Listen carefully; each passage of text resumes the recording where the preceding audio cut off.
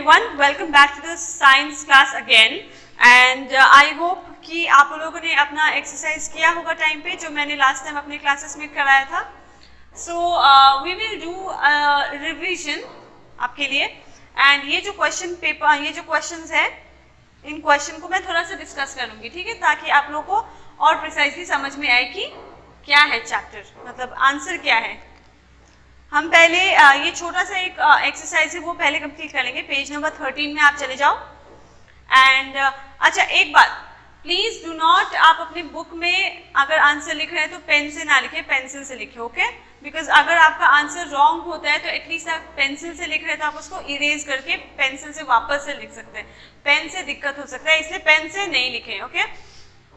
सो यहाँ पे देखिए, यहाँ पे क्या बोल रहा है. Given below are some statements. Take the ones that you feel are good for the body to function properly. यहाँ पे आपको 3 ऑप्शंस दिए गए हैं, ठीक है, एंड आपको इनमें से उस चीज पे टिक करना है जो आपके हिसाब से आपके बॉडी को फंक्शन करने में हेल्प करती है, okay. So let's see what are the questions. We should eat junk food. Junk food मतलब क्या होता है? ऑयली फूड, स्पाइसी, जो आपके हेल्थ को खराब करती है वैसा फूड. तो जंक फूड ज़्यादा तेल वाला या फिर ज़्यादा मसाला वाला खाना फूड आपके बॉडी के लिए ठीक नहीं रहता है, इसीलिए we will put a cross here. It's not good to eat junk foods. We should exercise regularly. तो हम रोज एक्सरसाइज करेंगे रेगुलरली तो हमारे मसल्स जो है स्ट्रॉन्ग बनेंगे and we will be fit and fine and healthy. So we should exercise regularly is a right answer. It will function, it will help you, it will help our body to function properly. अगर हम रोज सुबह उठ के exercise करेंगे तो हमारी body अच्छे से फंक्शन करेगी, तो इस पे आपको टिक कर देना है, okay. Now coming to number 3, we should sleep late and get up late. This यहाँ पे क्या लिखा हुआ है कि हमें लेट से सोना चाहिए और लेट से उठना चाहिए. ये रॉन्ग है क्योंकि टाइम पे सोना बहुत ज़रूरी होता है. आप समय पे खाना खा के जल्दी उठेंगे तो आपकी बॉडी हेल्दी रहेगी, आपका ब्रेन फ्रेश रहेगा एंड अच्छे चीज़ पे आप अच्छे से कंसंट्रेट कर पाएंगे.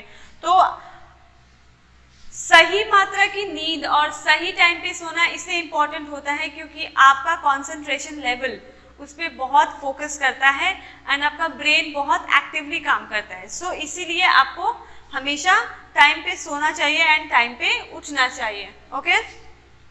Now we will get back to page number 12 again. हम वापस से पेज नंबर 12 में जाएंगे एंड यहाँ पे कुछ क्वेश्चंस हैं, ये हम मतलब डिस्कस करेंगे, ओके.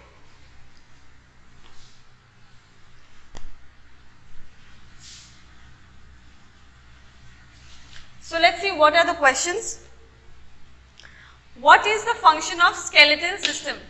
हमारे जो बॉडी में स्केलेटन सिस्टम है, जो हड्डियों की सिस्टम है, वो उसका क्या काम है, वो क्या चीज के लिए फंक्शन करती है. The function of our skeletal system is to give shape to our body. हमारे बॉडी की में जो स्केलेटल सिस्टम है, the function of skeletal system is to give shape to our body. हमारे बॉडी को आकार देती है एंड हमारे बॉडी को कोई भी डैमेज होने से बचाती है. It protects our body to get damaged and it gives shape to our body, okay. Number 2 में क्या लिखा है? Which organ controls all the body functions? हमारे बॉडी में कौन सा ऐसा ऑर्गन है जो हमारी पूरी बॉडी को कंट्रोल करती है? मैंने पिछली बार बोला था कि एक ऑर्गन है जो हमारे बॉडी की रिमोट है. So which controls the body functions? हमारे बॉडी के सारे फंक्शंस को कौन कंट्रोल करता है? Brain. So the answer is the brain controls all the body functions. Number 3, what happens to the food after it reaches to the stomach? मैंने आपको chapter में आपको डाइजेस्टिव सिस्टम में आपने पढ़ा था कि when you eat food and when your food reaches to the stomach, your stomach provides juices जो आपके फूड्स को पार्टिकल्स में ब्रेक करके आपके इंटेस्टाइन्स में पहुंचाती है, ओके.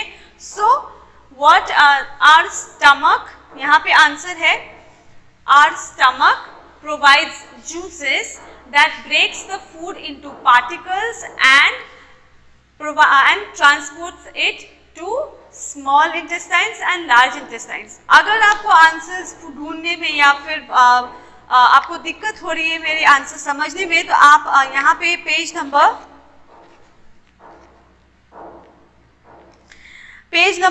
5 में जाके आप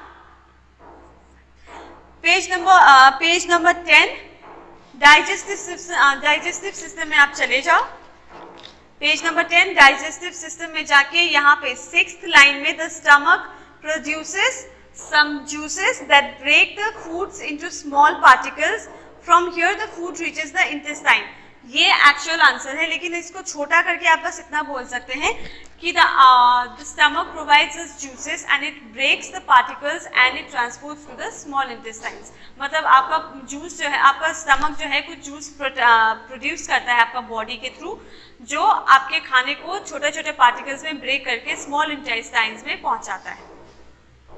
number 4, What is the function of circulatory system? Circulatory system का क्या काम है? सर्कुलेटरी सिस्टम मतलब जो खून सर्कुलेट करता है हमारे पूरे बॉडी में। तो सर्कुलेटरी सिस्टम में 3 चीज आते हैं, heart, blood and blood vessels. ठीक है, तो हार्ट जो है, हमारी हार्ट जो है ब्लड पंप करती है and then the blood, and जब वो पंप करती है तो ब्लड वेसल्स के थ्रू हमारे सारे नर्व्स में ब्लड जाती है। Okay, so blood also gives oxygen to our body. So what is the function of circulatory system? The function of circulatory system is to circulate blood in our body. ठीक है, हमारे circulatory system का काम ये है कि हमारे पूरे ब्लड में, हमारे पूरे बॉडी में ब्लड को सर्कुलेट करे। सर्कुलेट मतलब पहुंचाना, मतलब हर एक नेटवर्क तक पहुंचाना। Number 5, name the organs involved in the process of breathing. So ये क्वेश्चन का मतलब ये है कि हमारे ब्रीदिंग के प्रोसेस में कौन कौन से ऑर्गन्स का रोल है। ठीक है, तो हम कौन कौन सा ऑर्गन हमें ब्रीथ करने में हेल्प करती है? Nose, mouth, lungs and wind pipe. Okay, so यहाँ पे आंसर होगा mouth, nose, lungs and windpipes are involved in the process of breathing. Coming to last question, write 2 good breathing habits. Okay, so जैसे हम लोगों ने पढ़ा था कि there are 4 good breathing habits. Page number 11 में आप यहाँ पे देख सकते हैं। Good breathing habits में क्या क्या आता है? Always breathe through nose. Do not cover your face while sleeping. हम अपने रूम के विंडोज को खोल के रखें एंड हमेशा एक्सरसाइज करें जो हमें फ्रेश एयर देती है। तो इन 4 में से आप कोई भी 2 आंसर्स यहाँ पे लिख सकते हैं। Okay, so we have completed the chapter our body.